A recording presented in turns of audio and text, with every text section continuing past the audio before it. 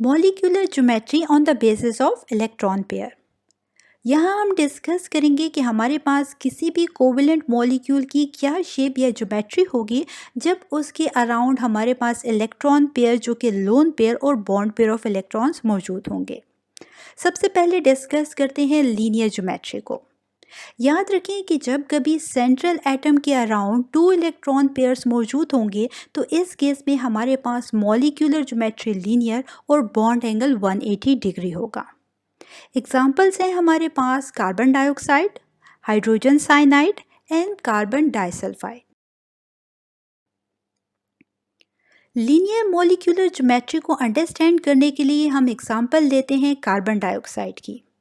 Carbon dioxide जिसमें central atom carbon और इसके अराउंड 2 ऑक्सीजन एटम्स मौजूद हैं, और हमने डिस्कस किया कि जब कभी हमारे पास 2 इलेक्ट्रॉन पेयर्स मौजूद होंगे अराउंड द सेंट्रल एटम तो इस केस में हमारे पास जो मॉलिक्यूलर ज्योमेट्री होगी वो लीनियर और बॉन्ड एंगल 180 डिग्री होगा।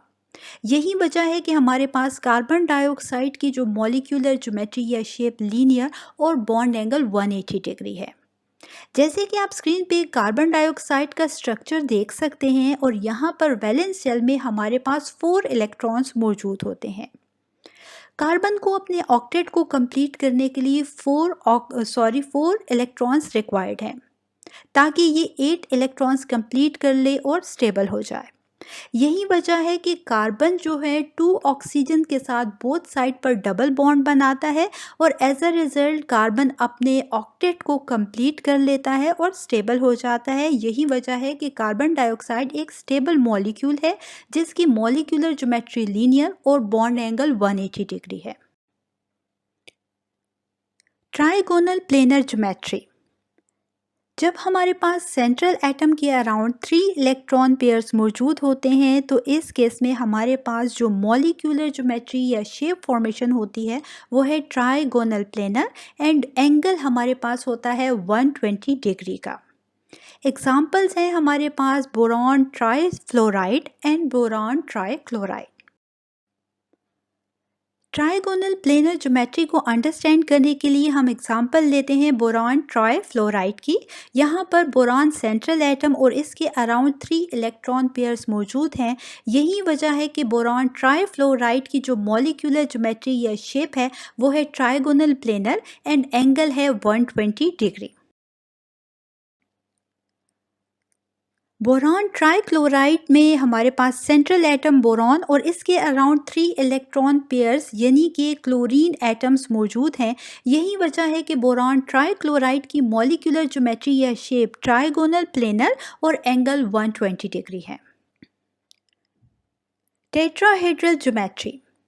जब कभी हमारे पास सेंट्रल एटम के अराउंड 4 इलेक्ट्रॉन पेयर्स मौजूद होते हैं तो एज अ रिजल्ट हमारे पास मॉलिक्यूलर ज्योमेट्री या शेप फॉर्मेशन जो होती है वो है tetrahedral and bond angle 109.5 degree होता है। टेट्राहेड्रल स्ट्रक्चर को अंडरस्टैंड करने के लिए हम एग्जांपल लेते हैं कार्बन टेट्राक्लोराइड की। यहाँ पर कार्बन सेंट्रल एटम है और इसके अराउंड 4 क्लोरीन एटम्स अटैच हैं, और अभी हमने डिस्कस किया कि जब कभी हमारे पास सेंट्रल एटम के अराउंड 4 इलेक्ट्रॉन पेयर अटैच होंगे तो इस केस में मॉलिक्यूलर ज्योमेट्री या शेप टेट्राहेड्रल और बॉन्ड एंगल हमारे पास 109.5 डिग्री होगा। यहाँ पर आप देख सकते हैं कि कार्बन ने 4 क्लोरीन के साथ जो बॉन्ड पेयर बनाए हैं तमाम के तमाम जो हैं हमारे पास सिग्मा बॉन्ड या सिंगल कोवैलेंट बॉन्ड को रिप्रेजेंट करते हैं। और याद रखिए कि जब कभी हमारे पास जब बॉन्ड पेयर ऑफ इलेक्ट्रॉन मौजूद होंगे और कोई भी लोन पेयर ऑफ इलेक्ट्रॉन मौजूद नहीं होगा तो इस केस में हमारे पास हमेशा जो शेप होगी वो रेगुलर ज्योमेट्रिकल शेप होगी, जैसे कि कार्बन टेट्राक्लोराइड की केस में हमारे पास यहाँ पर है। टेट्राहेड्रल स्ट्रक्चर को अंडरस्टैंड करने के लिए एग्जाम्पल लेते हैं मीथेन, जिसे CH4 से रिप्रेजेंट किया जाता है। यहाँ पर सेंट्रल एटम है हमारे पास कार्बन और इसके अराउंड 4 हाइड्रोजन अटैच है। सेंट्रल एटम कार्बन के अराउंड जब कभी 4 इलेक्ट्रॉन पेयर अटैच होते हैं तो इस केस में हमारे पास मॉलिक्यूलर ज्योमेट्री या शेप हमेशा टेट्राहेड्रल ही होता है और बॉन्ड एंगल 109.5 होता है जब कभी तमाम के तमाम सेंट्रल एटम के गिर्द जो होंगे बॉन्ड पेयर ऑफ इलेक्ट्रॉन होंगे। लेकिन इन केस अगर हमारे पास बॉन्ड पेयर की बजाय लोन पेयर ऑफ इलेक्ट्रॉन आ जाएंगे तो याद रखें कि इस केस में हमारे पास जो टेट्राहेड्रल मॉलिक्यूलर ज्योमेट्री या शेप होगी वो डिस्टर्ब हो जाएगी। चलिए अब इसे भी डिस्कस करते हैं। अमोनिया जिसे NH3 से रिप्रेजेंट किया जाता है और यहाँ पर सेंट्रल एटम नाइट्रोजन, इसके अराउंड 3 हाइड्रोजन एटम्स अटैच हैं और साथ ही एक लोन पेयर ऑफ इलेक्ट्रॉन भी है। यहाँ पर आप स्क्रीन पर देख सकते हैं कि अमोनिया के स्ट्रक्चर में नाइट्रोजन जो कि हाइड्रोजन के साथ इलेक्ट्रॉन की शेयरिंग कर रहा है, यानी कि बॉन्डेड इलेक्ट्रॉन पेयर्स यहाँ मौजूद हैं जिसमें एक इलेक्ट्रॉन जो है नाइट्रोजन का और दूसरा इलेक्ट्रॉन जो है हाइड्रोजन का मौजूद है। यही वजह है कि इस बॉन्ड पेयर ऑफ इलेक्ट्रॉन के रिजल्ट में 3 कोवेलेंट बॉन्ड फॉर्मेशन हो रही है नाइट्रोजन की हाइड्रोजन के साथ। साथ ही आप देख सकते हैं कि इस केस में हमारे पास नाइट्रोजन के बिल्कुल ऊपर एक लोन पेयर ऑफ इलेक्ट्रॉन यानी कि अनशेयर्ड पेयर ऑफ इलेक्ट्रॉन भी मौजूद है।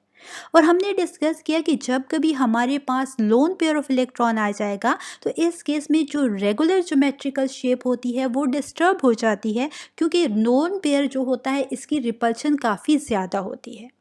क्योंकि यहाँ पर हमारे पास 1 लोन पेयर ऑफ इलेक्ट्रॉन मौजूद है, यही वजह है कि ये बॉन्ड पेयर ऑफ इलेक्ट्रॉन को रिपेल करेगा और एज अ रिजल्ट हमारे पास जो टेट्राहेड्रल स्ट्रक्चर होता है जैसे कि मीथेन में था, वहाँ पर तमाम के तमाम बॉन्ड पेयर ऑफ इलेक्ट्रॉन थे, वो डिस्टर्ब हो जाएगा due to the presence of lone pair of electron और एंगल हमारे पास यहाँ पर रिड्यूस हो जाएगा 107.5 डिग्री तक।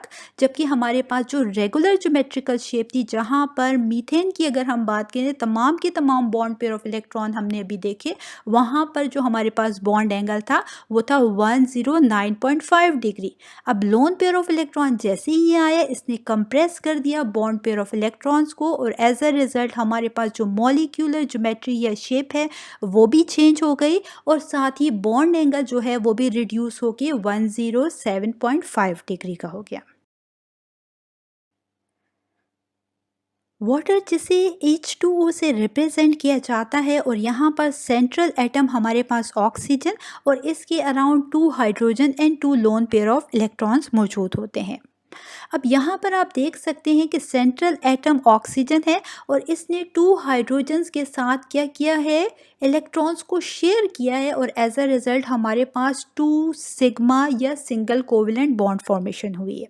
ठीक है, और ये जो बॉन्ड पेयर ऑफ इलेक्ट्रॉन हैं ये हमारे पास हम जानते हैं कि इसमें एक इलेक्ट्रॉन ऑक्सीजन का और दूसरा इलेक्ट्रॉन हाइड्रोजन का है और एज अ रिजल्ट ये कोवेलेंट बॉन्ड फॉर्मेशन कर रहा है, यहाँ पर 2 कोवेलेंट बॉन्ड फॉर्मेशन कर रहा है। साथ ही आप देख सकते हैं कि ऑक्सीजन के बिल्कुल ऊपर हमारे पास 2 लोन पेयर ऑफ इलेक्ट्रॉन्स भी मौजूद हैं।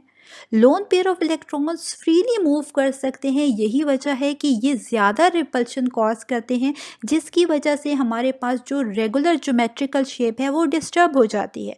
अब जैसे ही लोन पेयर ऑफ इलेक्ट्रॉन्स हमारे पास बढ़े, जैसे कि अमोनिया में 1 लोन पेयर ऑफ इलेक्ट्रॉन था और यहाँ पर वाटर के मॉलिक्यूल में 2 लोन पेयर ऑफ इलेक्ट्रॉन है, इट्स मीन्स कि यहाँ पर रिपल्शन भी ज़्यादा कॉज होगी और एज अ रिजल्ट हमारे पास जो मॉलिक्यूलर ज्योमेट्री है वो और भी ज़्यादा डिस्टर्ब हो जाएगी। यही वजह है कि वाटर के मॉलिक्यूल में हमारे पास लोन पेयर रिपल्शन की वजह से मॉलिक्यूलर ज्योमेट्री या शेप जो है वो एंगुलर, जबकि बॉन्ड एंगल 104.5 डिग्री तक रिड्यूस हो जाता है।